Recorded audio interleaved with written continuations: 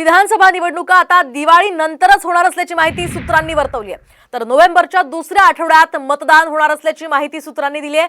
निवडणूक आचारसंहिता ही ऑक्टोबरमध्ये लागू शकते अशी ही माहिती आहे। दरम्यान नवीन विधानसभा नोव्हेंबरच्या अखेरीस आता अस्तित्वात येणार असल्याचं सुद्धा बोललं जात आहे।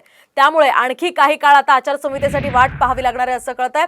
दिवाळी नंतरच आता विधानसभा निवडणुका होणार असल्याची माहिती सूत्रांनी साम टीव्हीला दिली आहे आणि त्या पार्श्वभूमीवर आता नोव्हेंबरच्या दुसऱ्या आठवड्यामध्ये कदाचित मतदान होऊ शकतं अशी ही एक माहिती समोर येते।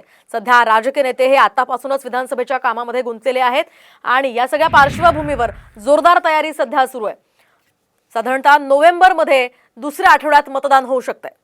मनोज जरांगे आज मंत्री छगन भुजबळ यांच्या बालेकिल्ल्यात असणार आहेत।